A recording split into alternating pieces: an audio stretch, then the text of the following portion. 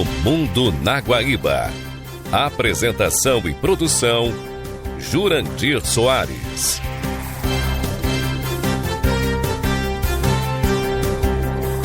Bom dia!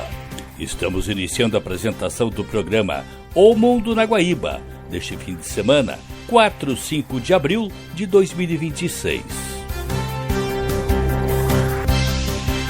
Este programa tem o apoio de Cindy Lojas Porto Alegre, Padaria e Confeitaria Roma e Instituto Unimed RS. Mais cuidado com a equipe, mais eficiência para o negócio. Planos de saúde com descontos exclusivos para fortalecer sua equipe. Associe-se cindylojaspoa.com.br. A Padaria e Confeitaria Roma, que tem o melhor café, o melhor lanche e a melhor refeição da Rua da Praia, avisa seus clientes e amigos que fechou para a reforma. Será por um breve período, com o objetivo de oferecer novas e melhores instalações, mais modernas, práticas e confortáveis, visando sempre oferecer o melhor àqueles que nos prestigiam com sua presença. Em breve estaremos de volta com um novo layout. Padaria e Confeitaria Roma. Há 18 anos, o Instituto Unimed RS transforma realidades, promovendo projetos sociais em todo o estado. Saúde, educação, cultura e sustentabilidade são os pilares deste trabalho. E você também pode fazer parte dessa mudança. Destine uma parte do seu imposto de renda e ajude a continuar esta missão. institutounimed.org.br. No programa de hoje, vamos falar sobre o Irã, que está recrutando 1 milhão de pessoas a partir dos 12 anos de idade para a guerra. Cientista político justifica as ações de Trump. Descoberta a cápsula do tempo do universo. Rússia é quem mais está lucrando com o conflito do Irã. E os mais recentes episódios da guerra.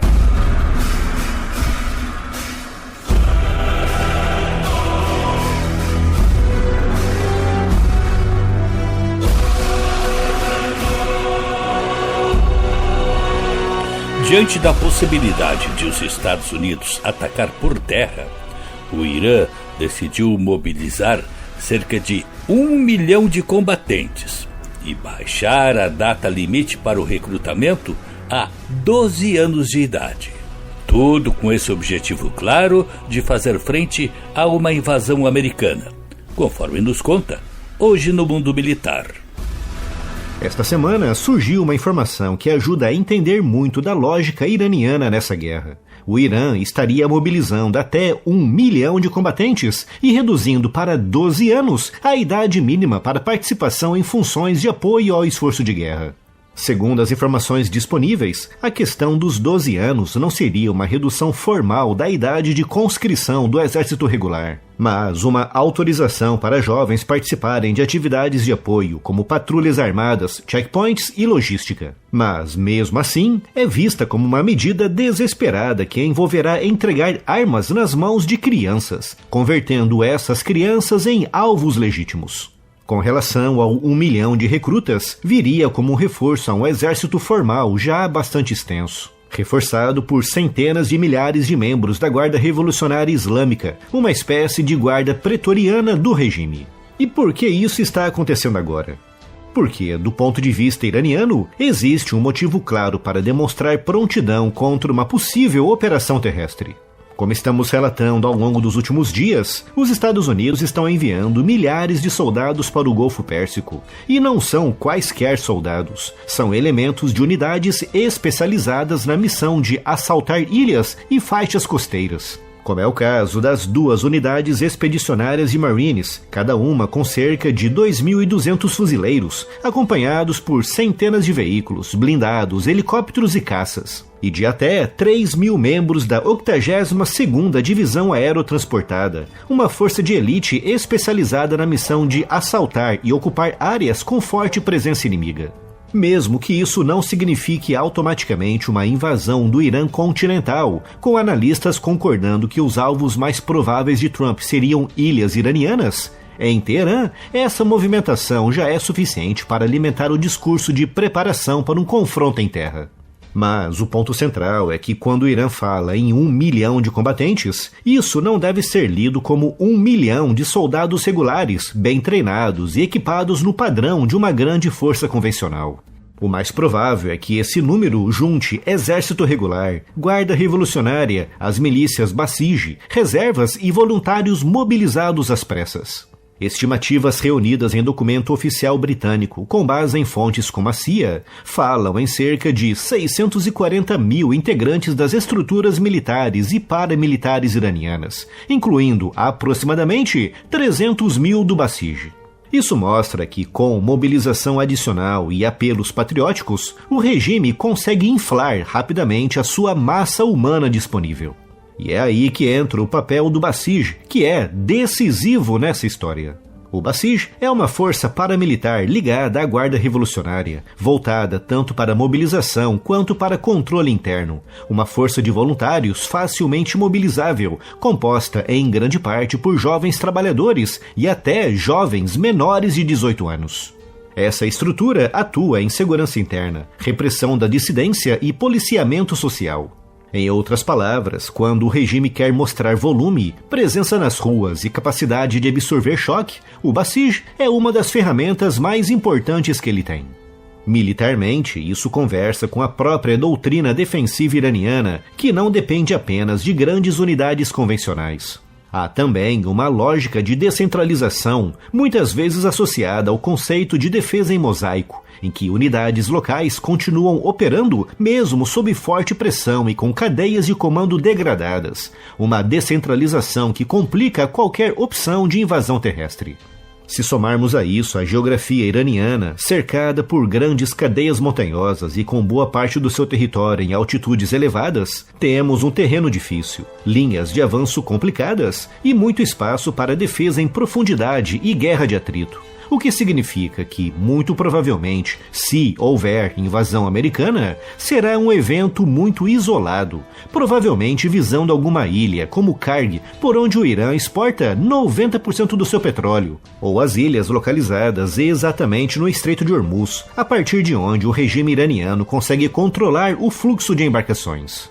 Existe também um fator histórico muito importante, com o regime iraniano tendo sido moldado pela memória da guerra contra o Iraque de 1980 a 1988. Um conflito que deixou mais de 1 milhão de mortos e que serviu para fortalecer justamente as alas mais duras do regime e instituições como a Guarda Revolucionária. Foi também naquele contexto que o Basij ficou marcado pelas chamadas ataques em ondas humanas contra as posições iraquianas, com altíssimas baixas. Por isso, quando o Irã sinaliza disposição para sofrer baixas terríveis e mesmo assim continuar lutando, ele está ativando uma memória histórica real do regime, e não apenas fazendo propaganda vazia. É também importante ressaltar que o objetivo iraniano não é derrotar os Estados Unidos em uma guerra de 1 contra 1. O regime sabe que isso é impossível. O objetivo é outro: elevar o custo de uma invasão ao nível politicamente insustentável para Donald Trump. É fazer a Casa Branca olhar não apenas para mapas e alvos, mas para funerais, desgaste de opinião pública, preço da gasolina e pressão no Congresso. E esse cálculo faz sentido porque, segundo pesquisas publicadas agora em março, a aprovação de Trump caiu para 36% e apenas 41% aprovavam os ataques ao Irã. Toda essa queda na aprovação do governo abre espaço para os democratas nas eleições de meio de mandato de novembro de 2026. Ou seja, do ponto de vista iraniano, sofrer baixas pesadíssimas que seriam insustentáveis para qualquer país ocidental seria um preço baixo a pagar para causar baixas americanas e prolongar o conflito, gerando impacto militar, econômico e eleitoral na administração Trump.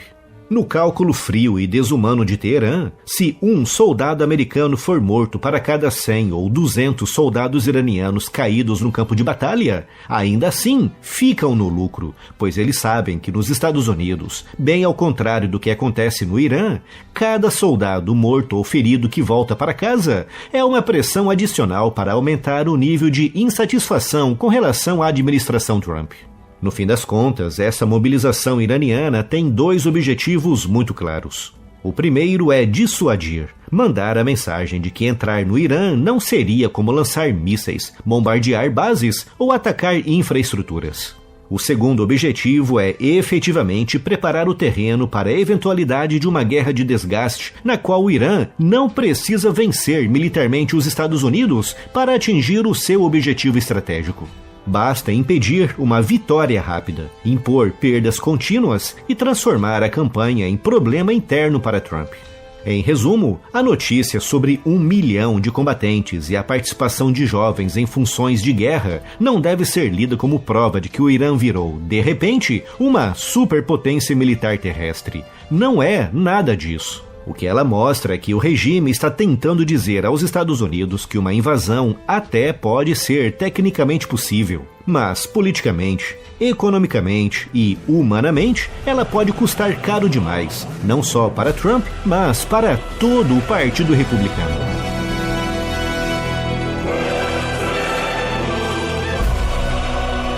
O detalhe é que fica claro que a lógica do Irã em termos de perdas e conquistas em uma guerra não é a mesma dos Estados Unidos.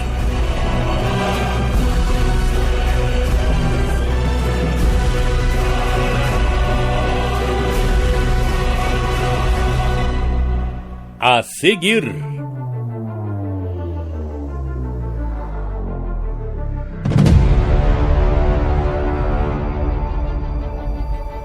cientista político justifica as posições de Trump com relação à guerra no Irã.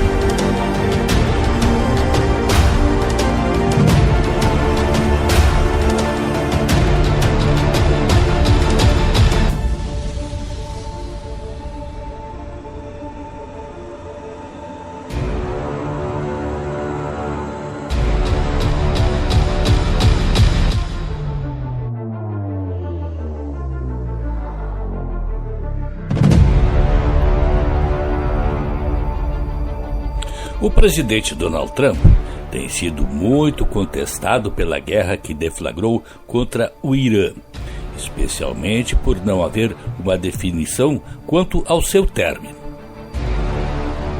Assim como a contestação para a justificativa da guerra.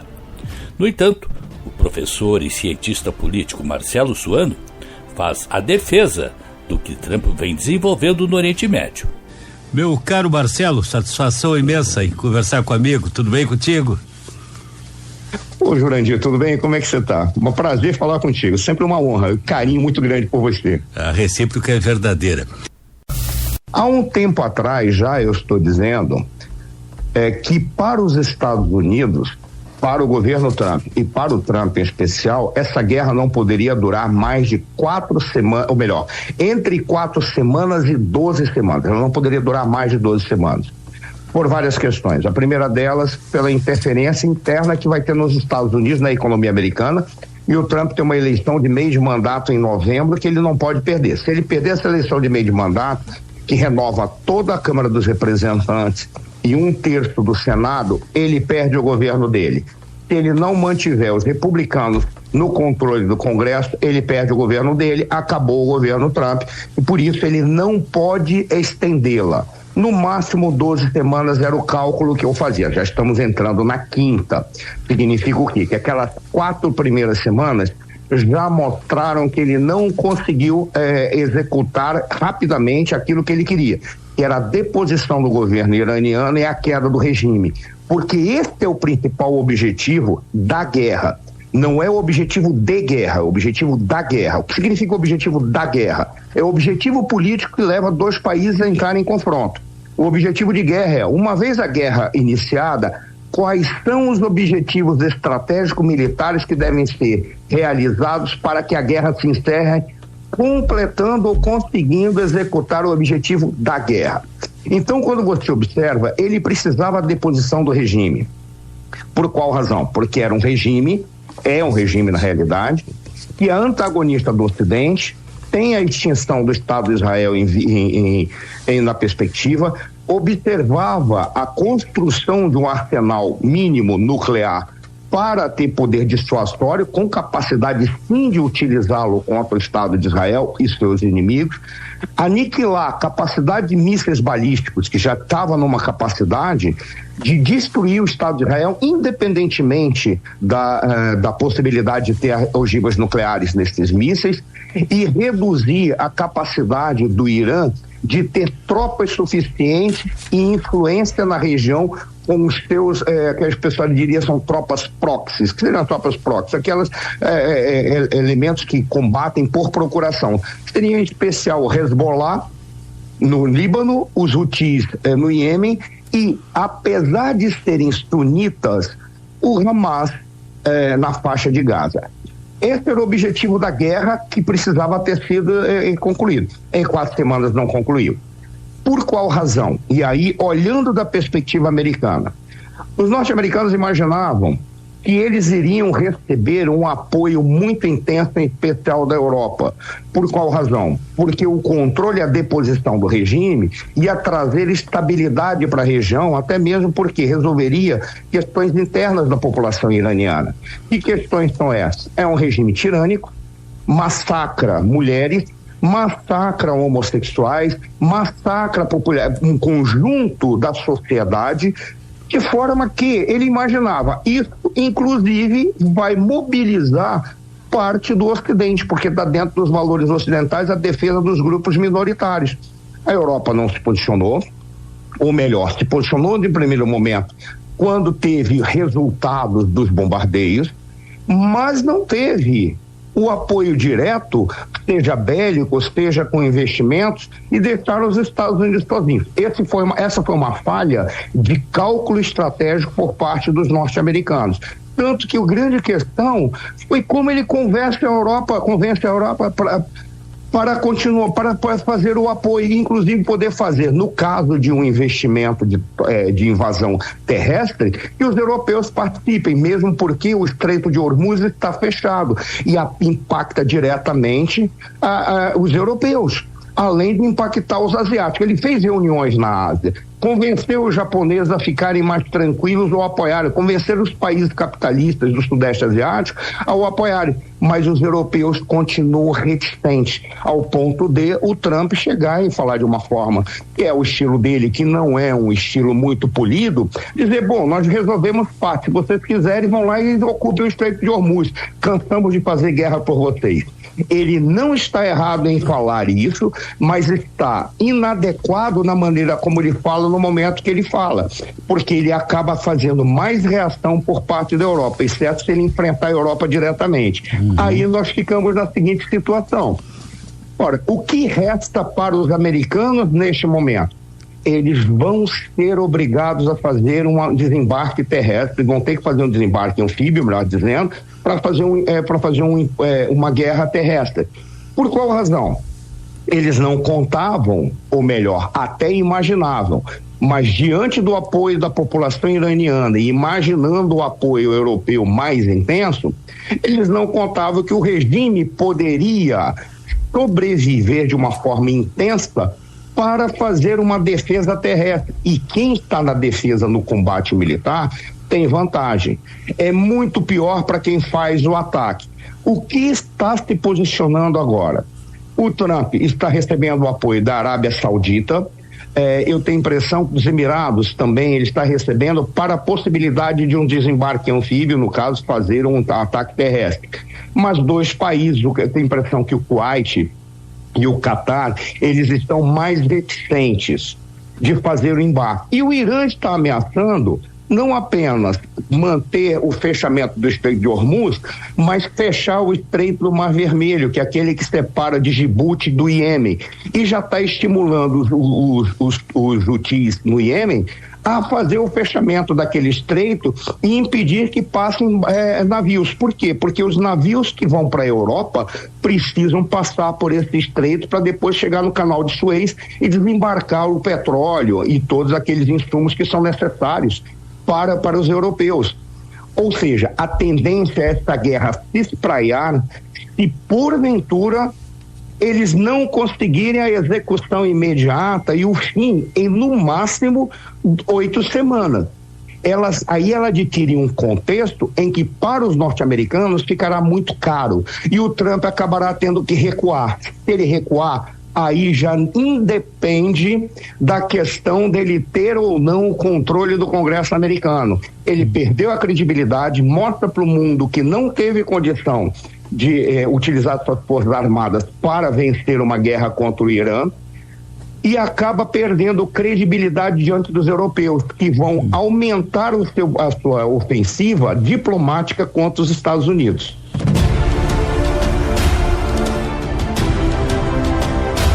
Nós estamos conversando com o cientista político Marcelo Suano.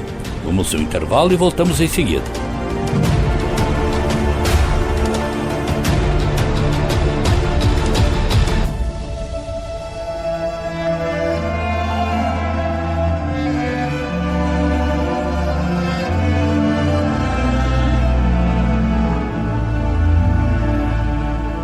Voltamos conversando com o cientista político Marcelo Suano, que tem uma posição muito bem definida com relação às ações de Donald Trump na guerra contra o Irã. Mas eu me permito discordar do amigo em um ponto. A questão relacionada à Europa. A Europa não teria obrigação nenhuma, porque a guerra foi uma guerra iniciada pelo presidente Trump e por Israel. A questão do Estreito de Hormuz, a fluência dele estava normal antes dessa guerra. Os europeus recebiam o petróleo que saía dali sem problema nenhum. O estreito só foi fechado por ação dos Estados Unidos, não por uma ação da Europa. E a Europa não participa porque fica também temerosa de reações que possam acontecer por parte do Irã e desses grupos aí que estão associados a ele, como tu citaste bem aí, o Hezbollah, os Houthis, que aliás, junto com o Irã e com o Hezbollah, atacaram Israel. Então, me parece que a questão deste bloqueio se deve à ação do Trump, não a uma ação da Europa, da OTAN, que não tinha nada a ver com esse conflito ali, meu caro Marcelo. Jurandir, procede o que você fala.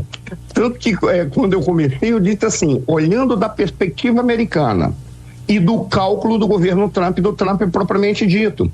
A questão, o Trump cometeu algumas, eu diria assim, para ser educado. E em guerra você tem que ser o máximo educado possível, apesar de saber que às vezes a gentileza esconde erros estratégicos e erros diplomáticos. Mas ele cometeu o erro de imaginar que ele poderia simplesmente derrubar o regime em coisa de 2, 3 semanas no máximo. Isso. Tá? E ele adotou a postura.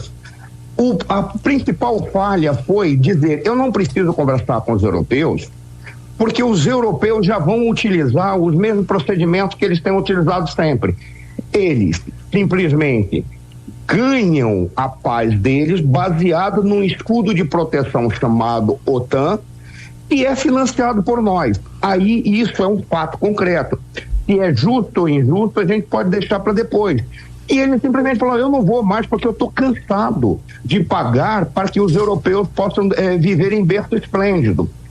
Foi uma falha por qual razão? Por quê? Porque ele já deveria ter contado que os europeus não iam apoiar, exatamente porque era uma iniciativa que ele estava fazendo por decisão unilateral. Apoiado por Israel, porque ali é uma questão de sobrevivência. Israel precisa sobreviver. E por isso Israel, não, nós precisamos acabar com esse regime, que é um regime que está estimulando ataques terroristas em toda a região e pagando para tropas de terra para poder invadir o Estado de Israel. Então, para Israel é questão de sobrevivência. Israel sempre vão ficar favoráveis a isso. Mas o Trump imaginava que ele poderia derrubar o regime muito rápido. Até seria possível. Aí foi o engano dele, né? Aí até seria possível isso, Jurandir. O grande problema é, como é que você derruba um regime exclusivamente com bombardeios, já que parte do teu argumento é de que você pretende proteger a população iraniana e bombardeio não discrimina entre o culpado e o inocente daquele regime. Então ele teria que ter um ataque terrestre. Imaginou que a população poderia se rebelar e poderia derrubar o regime com apoio de parte das tropas das Forças Armadas, que são na realidade 10, 12, 13 Forças Armadas que teria, tropas armadas que teria no governo, o Estado iraniano. A população quando se rebela, Marcelo, é massacrada, né? Esse é o problema. Sim, esse é o problema. E para ele minar essas bases militares do regime, ele precisa bombardear, mas como é que ele vai bombardear se ele acaba atingindo a própria população civil e prejudicando? Esse é o dilema que ele criou. E para resolver isso é muito difícil. A única solução seria o desembarque terrestre. Como é que você convence os europeus que estavam vivendo, de certa forma, dos benefícios do Estreito de Hormuz, que estava tranquilo, e diziam, eu não tenho nada a ver com isso, mas tem. E aí eu vou te dizer, não seria uma divergência, apenas uma complementação que você falou. E aí até não apoiando o Trump, mas entendendo as angústias que envolvem o Oriente Médio. O Oriente Médio é fruto do que os europeus fizeram, em especial França e Inglaterra desde a Primeira Guerra Mundial. Todo o Oriente Médio é desenhado em função daquilo que eles fizeram. E todas as construções no Oriente Médio decorreram de decisões europeias antes dos norte-americanos chegarem. E eles permitiram o desenvolvimento de verdadeiros monstros. E aí, independentemente dos erros políticos e militares que possam ter ocorrido em relação a alguns países, o Irã é uma aberração dentro da região, porque ele não é árabe. Ele é um dos dois países xiitas, propriamente dito, sob governo xiita. Ele tem um comportamento agressivo em relação a todos os países árabes e aqueles que não são xiitas, e ele tem a extinção do Estado de Israel como ponto de partida, querendo desenvolver um programa nuclear e um programa de mísseis balísticos capaz de, no caso mísseis balísticos, capaz de destruir o Estado de Israel, independentemente do dono de ferro. Basta ter uma quantidade de mísseis suficiente para calcular a possibilidade de aquele resto, aquele pequeno percentual que vence o escudo, o domo de ferro, que é o sistema de defesa, em números suficientes para destruir todas as cidades. Era esse o cálculo que eles estavam fazendo, independentemente da quantidade de mísseis que eles poderiam produzir, além daquele limite calculável e ao custo da própria população. Para não estender muito, quando você olha e diz assim, os europeus não são culpados por essa guerra, mas eles têm envolvimentos diretos e indiretos pela construção que se deu no Oriente Médio, que é culpa deles, e além disso, pelo fato deles estarem preocupados exclusivamente com seus interesses individuais, e ao invés de pensar como é que se regula um mundo equilibrado, e os europeus recuaram em relação a isso, tanto que eles abandonaram a Ucrânia no momento em que a Ucrânia pediu auxílio antes de começar a guerra agora de 22. Eles abandonaram. Este, portanto, o cientista político Marcelo Suano.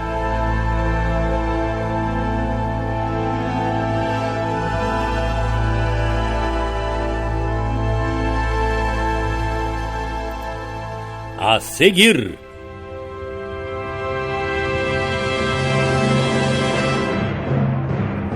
Descoberta a cápsula do tempo do universo.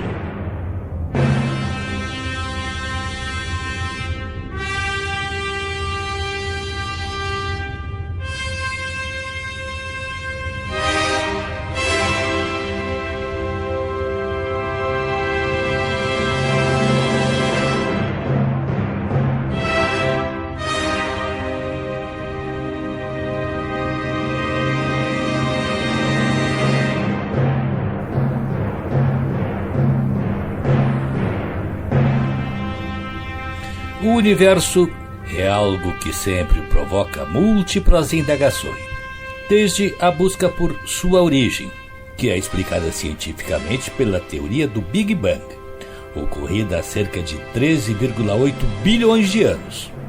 Não foi uma explosão convencional, mas uma rápida expansão e resfriamento a partir de um estado inicial de densidade e temperaturas infinitas, criando matéria, energia, espaço e tempo. E esse espaço e esse tempo sempre seguiram intrigando os cientistas, e seguiram em busca de informações como da amplitude desse universo, numa área em que foram obtidos grandes avanços, conforme nos conta Mistérios do Espaço. O universo é tão vasto que ultrapassa até mesmo os limites da nossa imaginação. As estimativas mais aceitas apontam que o universo observável possui cerca de 96 bilhões de anos-luz de diâmetro, abrangendo todas as galáxias e estrelas que conseguimos detectar com os nossos telescópios. Em termos mais diretos, qualquer que seja a direção observada, o horizonte cósmico se encontra a aproximadamente 48 bilhões de anos-luz de distância. Para alcançarmos níveis de detalhes sem precedentes do universo profundo, foi desenvolvido um equipamento de tecnologia de ponta, o James Webb. Agora, esse telescópio detectou a estrela que preserva os indícios da primeira luz do universo. No vídeo de hoje, vamos conhecer essa descoberta incrível.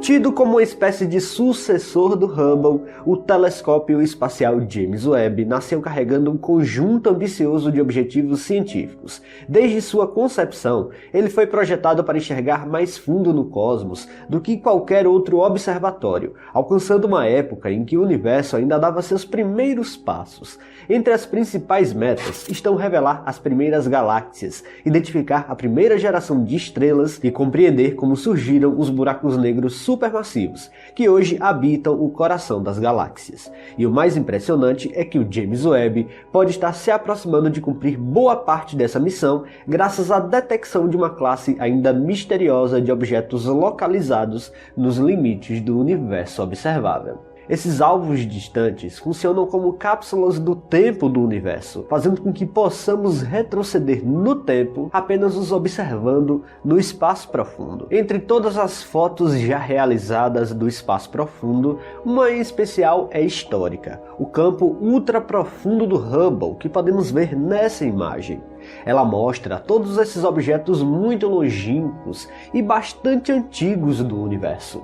Foi uma demonstração poderosa do quão povoado é o universo. Mas o James Webb, no entanto, levou essa capacidade a um novo patamar. Com um espelho significativamente maior e instrumentos muito mais sensíveis, ele foi projetado para detectar uma faixa do espectro fundamental para estudar o universo primordial, o infravermelho. Esse detalhe é crucial porque, devido à expansão do universo, a luz emitida pelas primeiras estruturas cósmicas é esticada ao longo do tempo, deslocando-se para comprimentos de onda invisíveis aos nossos olhos.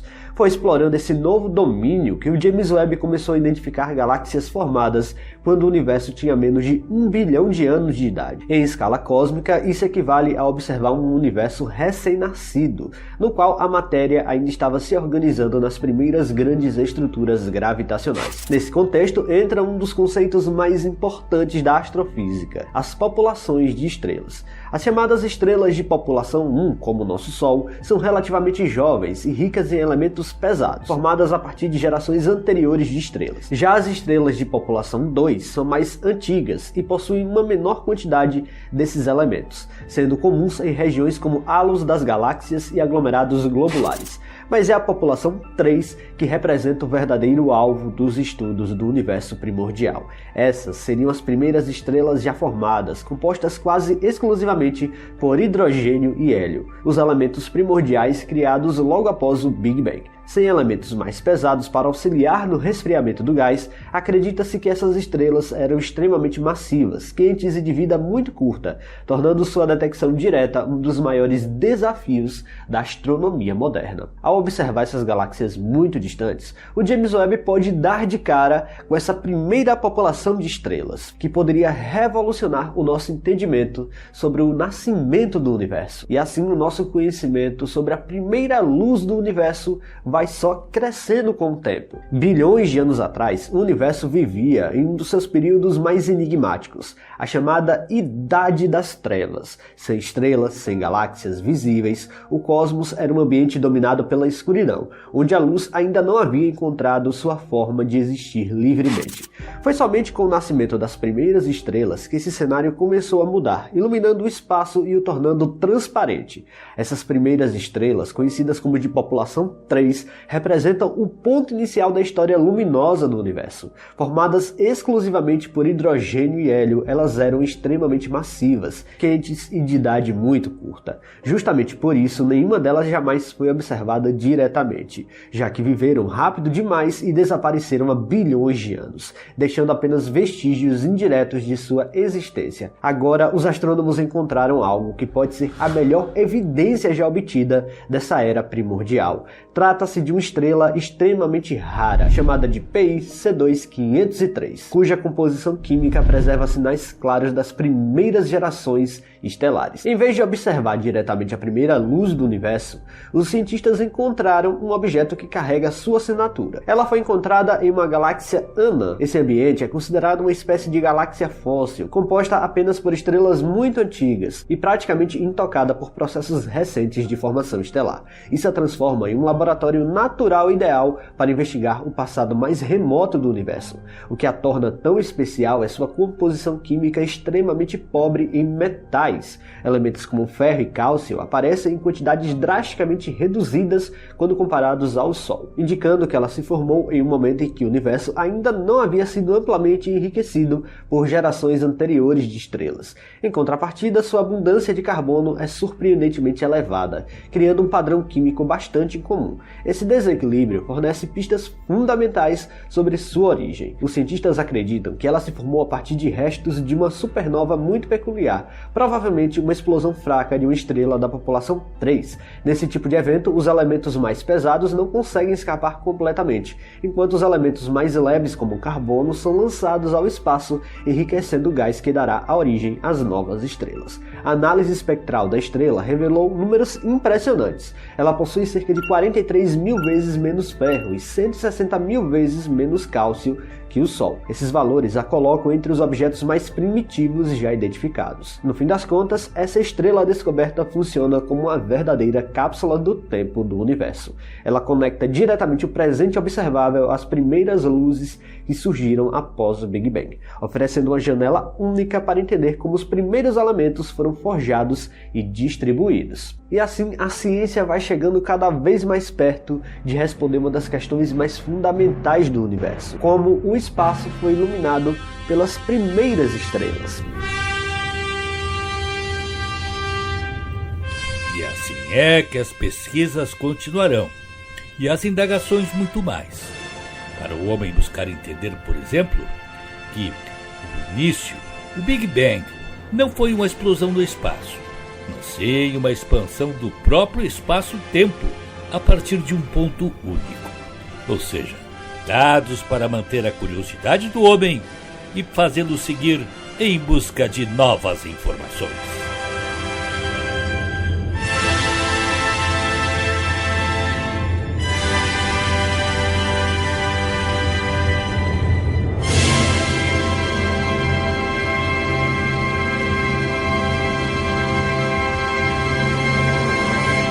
A seguir,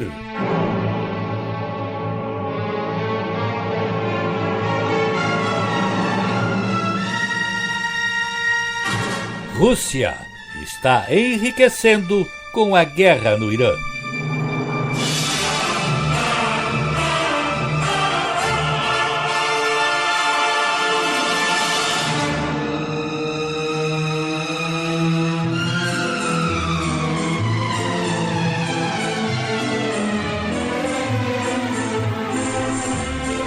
A guerra que vem sendo travada por Estados Unidos e Israel contra o Irã abafou a outra guerra que já se estende há mais de 4 anos, a da Ucrânia contra a Rússia.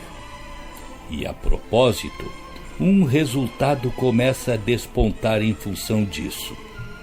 A Rússia, que estava bloqueada com o seu petróleo, conseguiu a liberação e é quem mais está ganhando com a guerra no Irã. Quem nos dá os detalhes é Hoje no Mundo Militar. Já faz mais de um mês que os Estados Unidos e Israel lançaram a Operação Epic Fury contra o Irã. E enquanto Washington gasta bilhões de dólares em mísseis, mobiliza porta-aviões e grupos anfíbios e briga com os próprios aliados da OTAN, tem um país que está sentado assistindo a tudo isso com um sorriso no rosto e lucrando como nunca. Esse país é a Rússia, com a guerra no Irã transformando Vladimir Putin no grande vencedor geopolítico e econômico do conflito. Para entender como a Rússia está lucrando, precisamos primeiro olhar para o que aconteceu com o mercado de petróleo. Com o fechamento efetivo do Estreito de Hormuz pelo Irã, os preços dispararam. O barril do Brent, a referência global, saltou de cerca de $73 no final de fevereiro para mais de $100 já em meados de março, chegando a bater picos acima de $119. O petróleo russo Urals, que antes da guerra era negociado a $57 o barril, passou a ser cotado a $115, ou seja, o valor mais que dobrou. As receitas diárias de exportação de combustíveis fósseis da Rússia subiram para cerca de 388 milhões de euros por dia nas semanas após o início do conflito. E não para por aí. Um aumento de $30 no preço do barril gera cerca de 8,5 bilhões de dólares em receita adicional por mês para as exportadoras russas, dos quais 5 bilhões vão direto para os cofres do Estado, um dinheiro extra que está permitindo que Putin adie cortes de gastos que seriam impopulares e, principalmente, que continue financiando a guerra na Ucrânia sem precisar penhorar ainda mais o país. Mas o mais irônico de tudo é que parte desse lucro russo veio diretamente de uma decisão da administração Trump. Em 6 de março, o Departamento do Tesouro dos Estados Unidos emitiu uma isenção de 30 dias, permitindo que a Índia comprasse petróleo russo que estava parado em navios no mar. E uma semana depois, o secretário do Tesouro, Scott Bessent, ampliou ainda mais a medida, autorizando a compra de petróleo russo sancionado que estivesse embarcado em navios ao redor do mundo. Havia cerca de 124 milhões de barris de petróleo russo navegando em navios pelo mundo, e agora, com as sanções levantadas, esses barris passaram a poder ser vendidos legalmente e a preços de mercado. E muitos navios que estavam a caminho da China mudaram de curso em direção à Índia, onde o preço era ainda melhor. Como consequência, as importações indianas de petróleo russo dobraram em março em relação a fevereiro, atingindo cerca de 1,5 milhão de barris por dia. Com o Estreito de Hormuz fechado, cerca de 20 milhões de barris de petróleo por dia deixaram de chegar aos mercados asiáticos pela via habitual. Países como Índia, China, Japão e Coreia do Sul, que juntos consumiam cerca de 70% de todo o petróleo que passava por Hormuz, ficaram desesperados por alternativas. E adivinhem quem apareceu como fornecedor substituto? A Rússia. Mas o impacto vai muito além do petróleo, pois o Estreito de Hormuz também é rota para fertilizantes, gás natural liquefeito do Catar, para alumínio e para o hélio. E a Rússia é a grande produtora de todos esses produtos. Agora vamos falar de armas, e aqui a história tem uma ironia quase poética. No início da invasão russa da Ucrânia, o Irã vendeu milhares de drones Shahed 136 para a Rússia usar contra a Ucrânia. Mas agora, os drones estão indo no sentido contrário. Segundo reportagens do Financial Times, do New York Times e do Guardian, a Rússia iniciou em março um envio faseado de drones para o Irã, com os russos enviando versões melhoradas dos mesmos Shahed que o Irã originalmente forneceu a Moscou.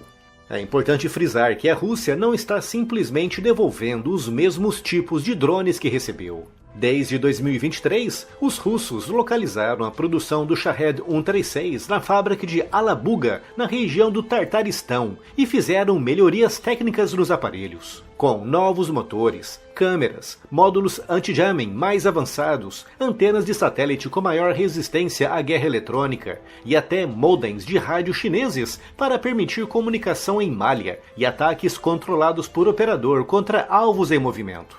Ou seja, o Irã deu para a Rússia um drone bom, e a Rússia está devolvendo agora um drone melhor. Além dos drones, Moscou está compartilhando inteligência com Teherã, fornecendo imagens de satélite e dados sobre posições de navios de guerra e aeronaves americanas, causando profundos prejuízos para os Estados Unidos, como a recente destruição de um E-3 Century, uma aeronave avaliada em mais de 600 milhões de dólares. Mas, e esse é um ponto importante, a Rússia não está necessariamente interessada em uma vitória militar iraniana. O objetivo de Moscou parece ser prolongar o conflito. Quanto mais tempo essa guerra durar, mais o petróleo sobe, mais a atenção dos Estados Unidos se desvia da Ucrânia e mais armas americanas são consumidas no Oriente Médio em vez de serem enviadas para Kiev. E de fato, em apenas 4 dias de guerra, os Estados Unidos e nações aliadas do Golfo usaram mais mísseis Patriot do que a Ucrânia usou contra a Rússia em 4 anos de guerra. E no tabuleiro geopolítico, a Rússia ganhou um presente que dinheiro nenhum compra: a maior crise interna da OTAN em décadas. Os aliados europeus se recusaram a apoiar a guerra no Irã, com Espanha, Itália e França recusando o uso de bases de espaço aéreo por aviões americanos ligados à guerra. Até a Polônia, grande aliada dos Estados Unidos, recusou um pedido americano para realocar as suas baterias de mísseis Patriot para o Oriente Médio. Trump ficou furioso, chamou os países da OTAN de covardes e disse que os Estados Unidos vão se lembrar disso. E nesta quarta-feira, em uma entrevista ao Telegraph, Trump disse textualmente que está considerando a saída dos Estados Unidos da aliança. Para Putin, isso é ouro puro. A OTAN dividida é exatamente o cenário que a Rússia busca há décadas. Uma aliança que não consegue se coordenar sobre o Irã dificilmente conseguirá se coordenar sobre a Ucrânia. E a simples possibilidade dos Estados Unidos reduzirem o seu compromisso com a defesa europeia muda fundamentalmente o cálculo estratégico na Europa, que é exatamente o que Moscou mais deseja.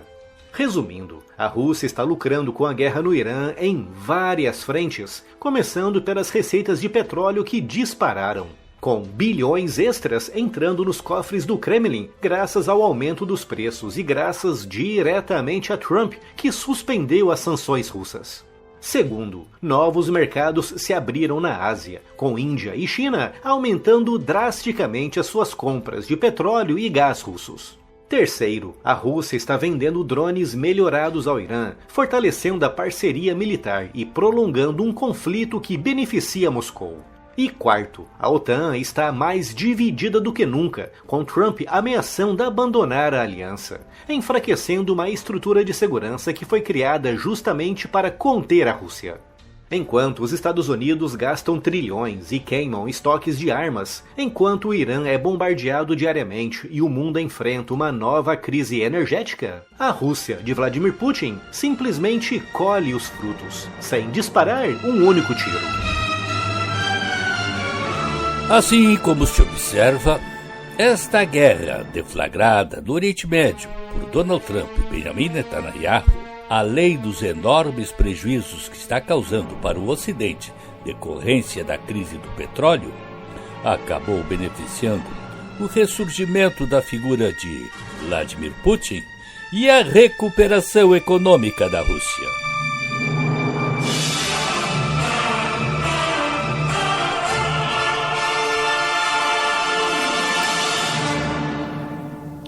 A seguir,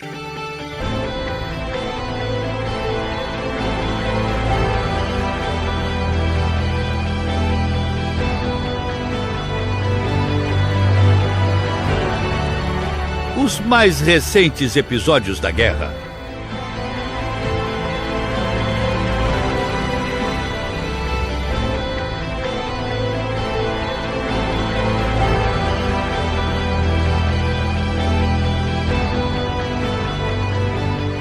A guerra entre Estados Unidos e Israel contra o Irã segue com declarações contraditórias entre os litigantes. O presidente Donald Trump, por exemplo, fez um pronunciamento nesta quarta-feira à noite, dizendo que praticamente derrotou o Irã, que o país está com todas as suas infraestruturas destruídas, tanto a parte nuclear quanto a sua parte militar, e especialmente os seus mísseis de longo alcance. E que, diante disso, o Irã estaria buscando um cessar-fogo. Já Teherã contestou as declarações, disse que não quer um cessar-fogo e que vai realizar ataques devastadores contra Estados Unidos e Israel. Enquanto Trump diz que destruiu praticamente toda a infraestrutura do Irã, o governo de Teherã diz que os locais que os Estados Unidos acreditam ter atacado são insignificantes. Nossa produção militar estratégica ocorre em regiões que vocês desconhecem completamente e não conseguirão alcançar, diz o porta-voz do governo. Horas depois, Trump publicou em sua plataforma Truth Social um vídeo de 10 segundos que mostra uma ponte envolta em nuvens densas de fumaça explodindo e caindo após ser atingida.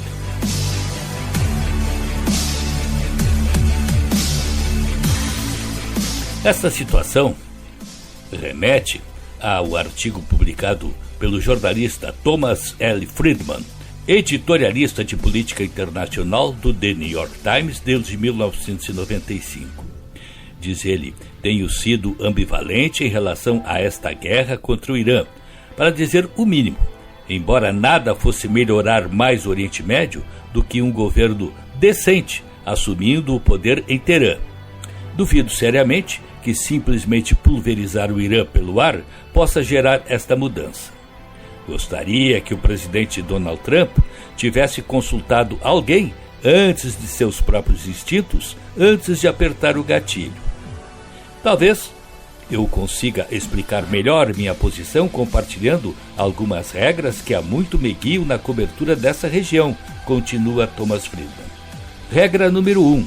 As 4 palavras mais perigosas do Oriente Médio são de uma vez por todas, como em Israel ou os Estados Unidos, vão acabar militarmente com a ameaça de uma vez por todas. Ele diz que a única maneira de eliminar uma ameaça militar de uma vez por todas é através da força da política, criando uma liderança melhor e autossustentável do outro lado. Isto é extremamente complicado e sempre exige concessões políticas do seu lado. E ele cita o exemplo das lideranças do Hamas, que ao longo dos anos vêm sendo dizimadas, mas a organização continua ainda com poder e dominando a faixa de Gaza. Então, matar os dirigentes do Irã não significa mudar o regime naquele país. Thomas Friedman cita o secretário de Defesa dos Estados Unidos, Pete Hegseth, que, como ele diz, estufa o peito e se vangloria do poder do mais forte.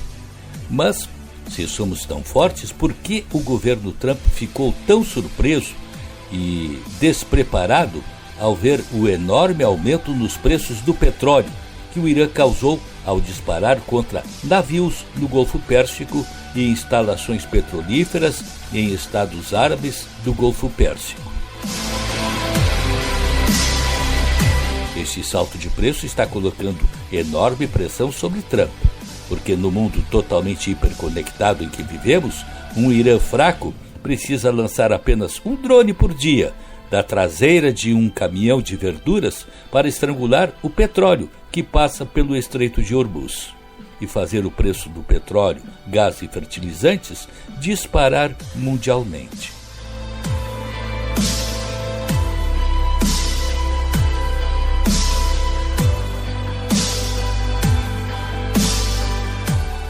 E como não está conseguindo desobstruir o Estreito de Hormuz, Trump está exigindo a participação dos europeus. Estes têm sido enfáticos que não irão se mobilizar militarmente para essa tarefa. O primeiro-ministro do Reino Unido, Keir Starmer, foi claro ao dizer que esta guerra não é nossa. Foi Trump que fez e ele que arque com as consequências. Nesta quinta-feira foi a vez do presidente francês Emmanuel Macron se manifestar no mesmo sentido. O fato é que desde sua reeleição o presidente Trump ameaçou deixar a aliança da OTAN diversas vezes. Nesta quarta-feira o fez novamente, frustrado porque as nações europeias se recusam a participar da, até agora, inconclusiva guerra de Estados Unidos e Israel contra o Irã. Mas quanto mais ele deprecia a OTAN e ameaça abandoná-la, mais ela se esvazia.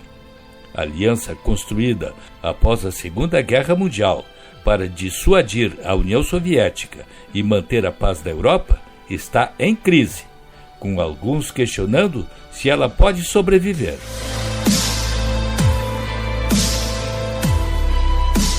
Ou seja, em meio a uma guerra com o Irã, que está sem uma definição, Donald Trump incrementa uma guerra política com os seus aliados da Europa.